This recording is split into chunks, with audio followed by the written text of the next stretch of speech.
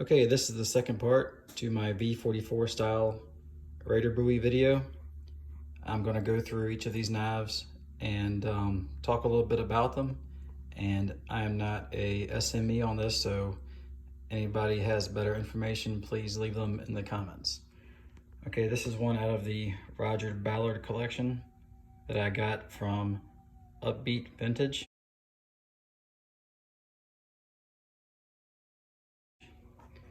This one is the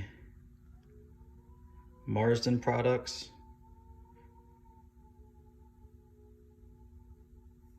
And I believe that is out of Sydney, Australia. See, somebody did some hammering on the spine. Have the sheath.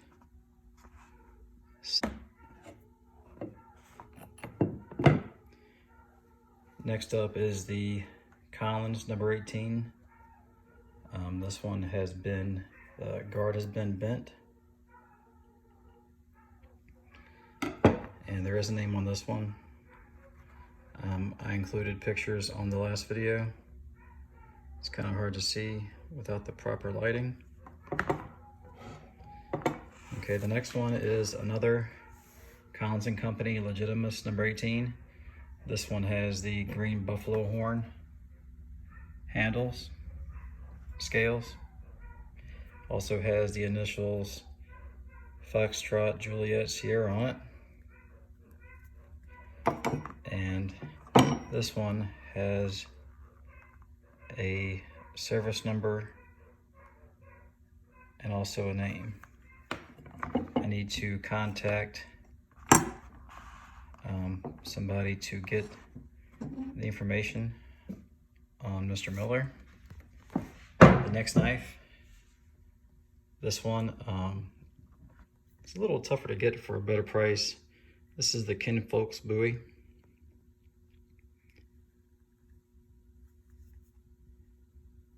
A lot of these you see without sheaths. I think it's because a lot of them were under airplane seats.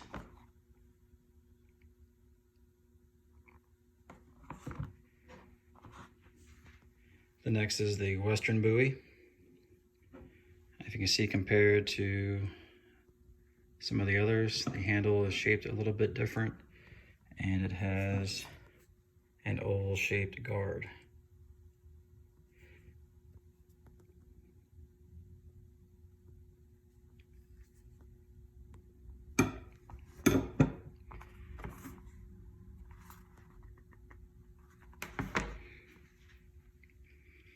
All right, this is the Case XX.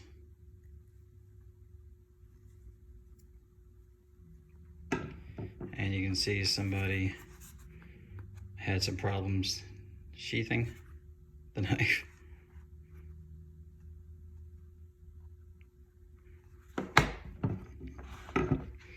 Okay, this is the next one from Australia. This is the Mars machine.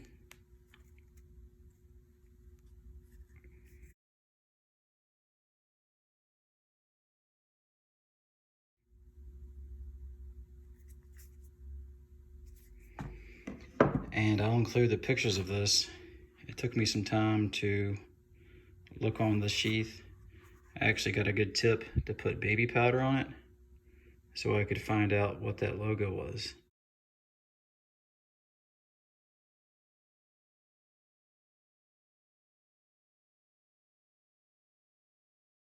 And I found it from a friend in Australia. I'll have to link his YouTube channel, but I'll include pictures of that in the video with information on where the sheath was made, and it was made in Australia. The next one, this one wasn't made, I guess, in the US, but it's a variation of the V-44.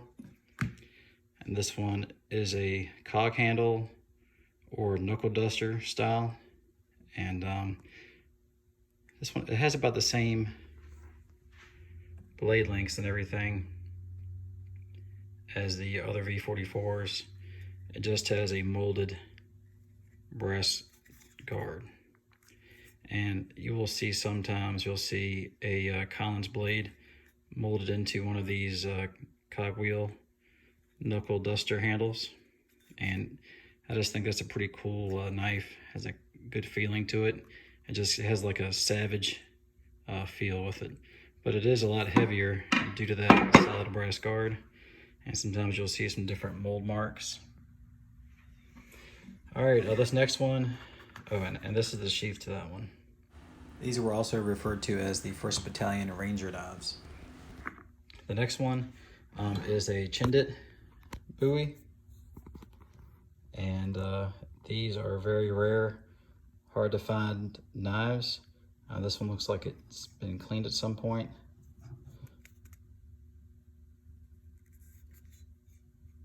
Has like that bird's head grip and an oval brass guard that looks like it's soldered or something up top, kind of similar to the Western buoy, but these actually have a 1/4 inch tang, and they are about 1 inch longer than the other V-44 knives. Most of these that were made, there's a couple different variations, but there's like no proof marks. I haven't seen many of these at all, so this was tough to get. I actually got this from Timeless Treasures, from a guy in Malta. No sheath, but these were used by the Chindit troops, and it was a mixture of British, Indian, African, so a mixture of groups doing like, what was it called? They were called the Long Range Penetration Groups. Hopefully I'll get that right or put better information in there. It just kind of slipped my mind at the moment.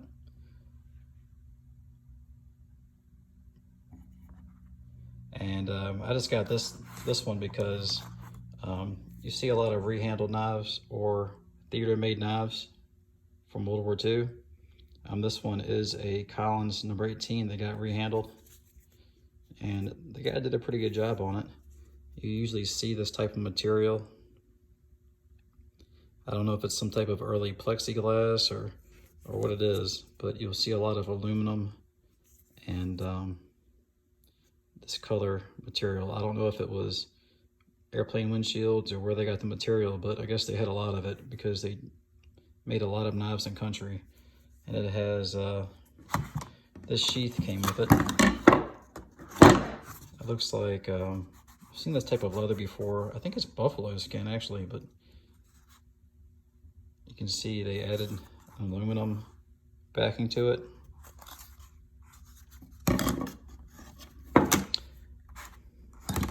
But I just thought that was something that I needed to add. It might have been a long range reconnaissance group. I forgot. I feel really bad about forgetting this.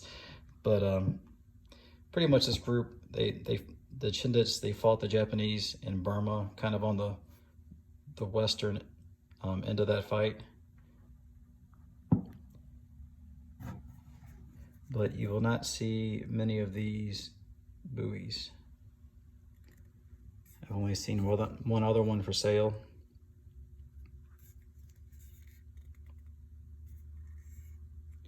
And this one is full tang. You can see the tang all the way down to the bird's head. All the other ones have different pins. I don't know exactly how they fitted this one, if it's epoxied or what, but most of them have brass or some type of steel pins. All right, now one that I don't have, and I'll have to include that, is Carson's Raiders. That guy's son, I think it was Second Lieutenant Carson, he had a bunch of Marine Raider buoys made in New Zealand.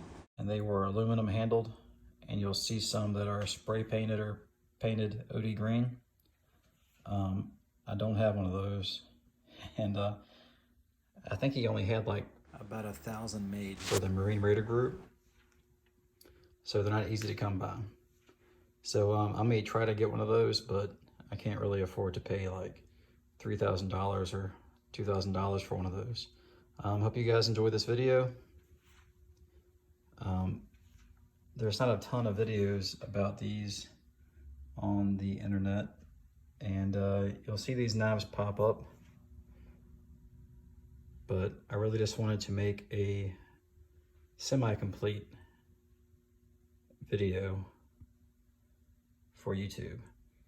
And this is a fairly complete collection, minus that aluminum handled one that I think Second Lieutenant Carson ordered for the Marine Raiders group.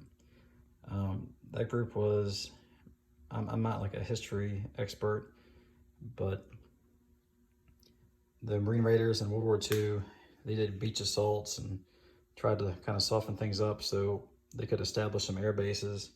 And as soon as they were done with those guys, they were disbanded and sent back to their parent companies and continued their service with them. So I guess now you have like a MARSOC Raiders group, and to carry on that tradition. All right, I hope you guys enjoyed this. If you have any information about these or anything you'd like to share, feel free to comment. And I'm not an expert on World War II knives. I just kind of happen to get involved in collecting them. Let's see if I can hold both of these up, and I'll show you the difference in blade widths in these two.